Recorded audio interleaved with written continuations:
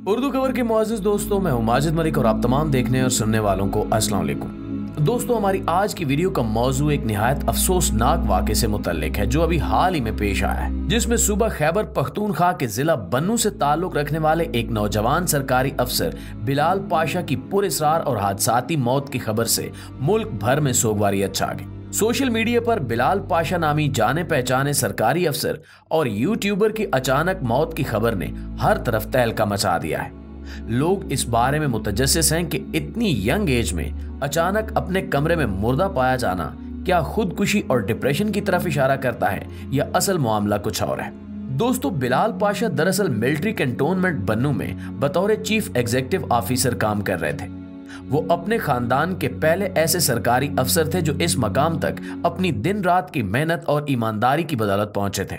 लेकिन सवाल ये पैदा होता है कि इनके साथ आखिर ऐसा क्या हुआ होगा जिसने इन्हें खुदकुशी पर मजबूर कर दिया, और अगर ये खुदकुशी नहीं थी तो भी ये सोचने की बात है कि बंद कमरे में इनके साथ अचानक ऐसा क्या हुआ जो इनकी मौत का सबब बन गया। प्यारे साथियों, बिलाल पाशा 2019 में मुकाबले का इम्तिहान इम्तियाजी नंबरों से पास करके 50वीं पोजीशन हासिल करने वाले एक ऐसे नौजवान थे जिनका ताल्लुक एक आम सी लोअर मिडिल क्लास फैमिली से था।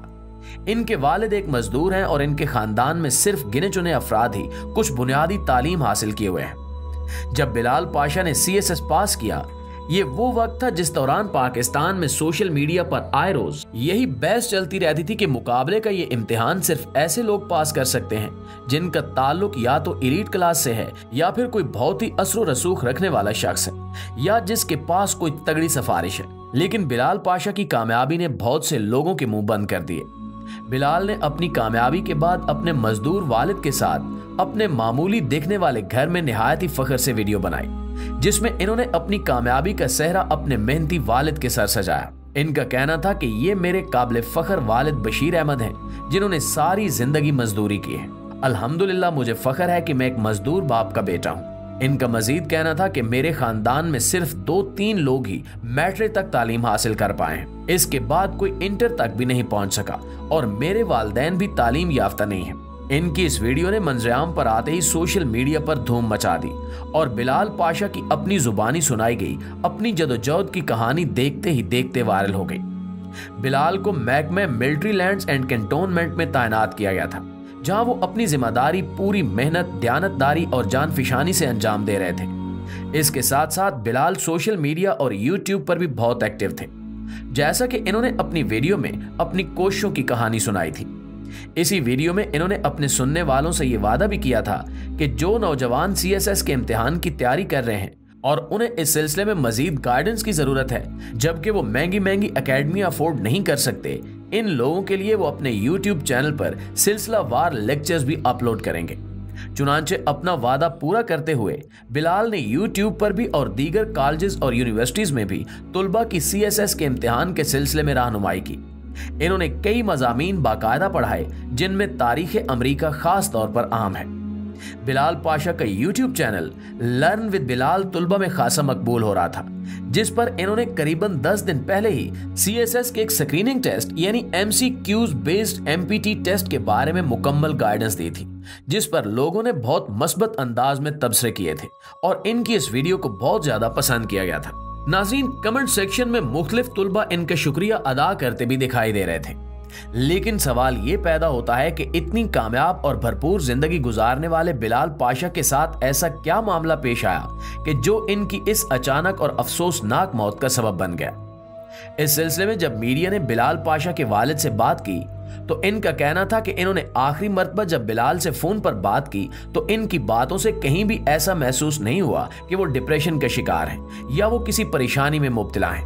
वो बिल्कुल नॉर्मल थे। अलबत्ता उस फोन कॉल में इन्होंने ये जरूर कहा था कि इनका दिल चाहता है कि वो नौकरी छोड़कर घर आ जाएं या कुछ दिनों की छुट्टी ले लें ताकि वो जी भरकर सो सके।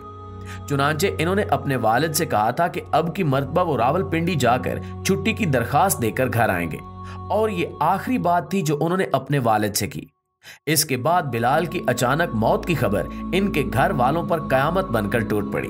बिलाल की अचानक मौत की खबर इस वक्त सोशल मीडिया पर टॉप 10 बन चुकी है, जिसमें इनके दोस्तों और साथियों के साथ इनके शागिर्द भी इन्हें खिराज तहसीन पेश कर रहे हैं। और इसके साथ साथ इनकी इस अचानक मौत पर ये लोग शदीद अफसरदा भी हैं।